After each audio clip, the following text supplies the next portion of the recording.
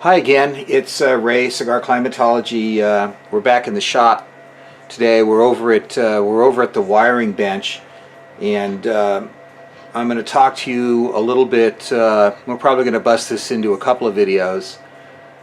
One, familiarizing yourself with with your controller, just wiring wise, and the rest would be installing your controller into the housing for the Visani cooler.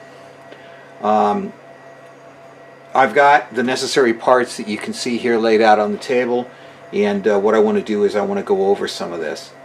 Now, even though it is a kit, I don't expect you guys to do all this wiring, so this is all going to be done for you. Okay.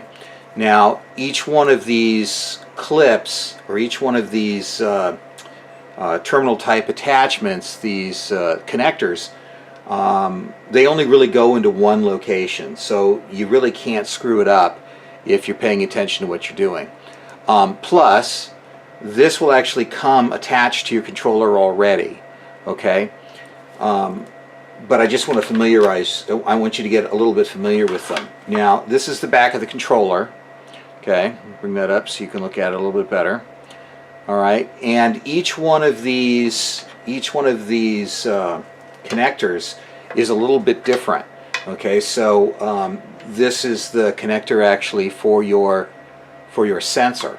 All right, now you need to take note that these all go into a circuit board, so you need to be pretty careful when you're playing around with them.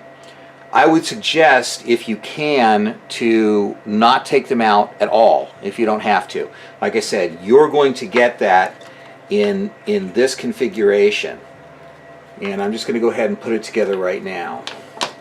Now, a note for you here is that these screw terminal sides are always pointing to the outside of the controller, so they don't go like this, okay? They don't go with the screws pointing upward. They go with the screws pointing towards the outside of the controller. And this particular one right here, this is your alternating current or your house current, okay? And this guy right here is pretty flexible. You might be able to see how that moves. Now, I've never broken one of these off the circuit board before, but mind you, if you do, the controller's gone. So you have to be really, really careful with that, okay? Like I said, these will be attached, and this will be all bubble wrapped and taken care of when you get the controller.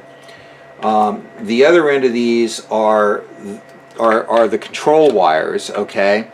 And I'm not going to go into each one of these, but this will all be wired for you.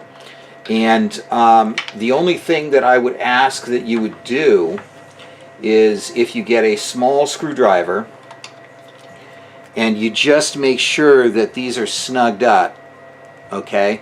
Because I get them pretty tight actually, but you know, in shipping, or if the wire crunches a little bit, I want to make sure that that these things are in and they're tight enough. Now, I'm just going to go ahead and pull one of these out real quick.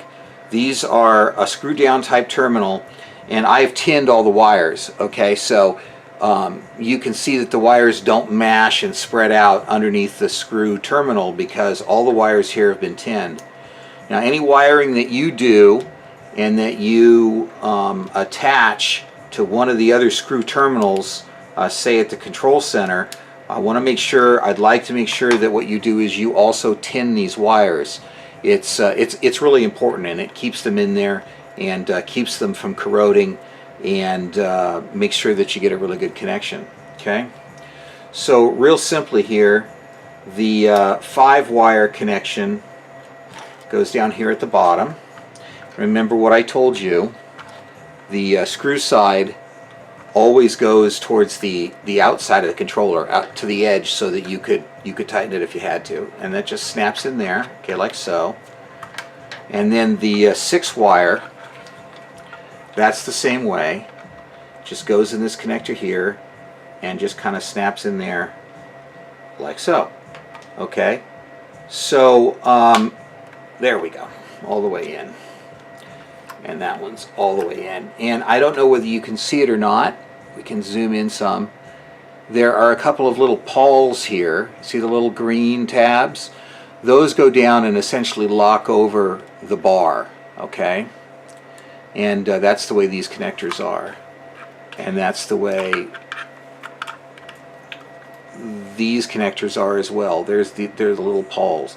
Now this particular guy, the sensor connector, doesn't work that way, and the sensor connector actually has these push type friction lock type wire holders. And another note I'd like you to look at is that this green wire, this is an 8-wire or a 4-wire set, okay?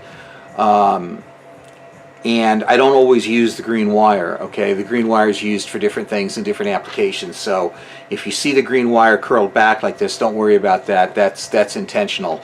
It might actually be wired up in the connector over here, but you don't need it, okay? So if you just happen to see that, don't get alarmed. If you have to remove one of these wires, you depress the little locking mechanism and then pull the wire out. I'm not going to do that. If for whatever reason you happen to disconnect one of these things and not know where it goes, call me or send me an email and I'll send you back a picture, or we'll talk about where it goes, because if you plug these into any one of the other connectors, the sensor's not going to work. And of course you could maybe manage to damage the sensor or the controller, and we don't want that. So this will be, you know, how yours comes, and I generally just wrap these wires up kind of easily, and then I wrap the whole thing in bubble wrap. So when you get it, be really careful when you unwrap it. Take it apart carefully. Don't go stabbing it with a knife or anything like that to go take it apart, because this is the way it will come to you, okay? So I think we're going to end this video here just to go ahead and make it this one short and sweet. We'll come back on the next video and we'll talk about installing this assembly into your housing. Thanks for watching.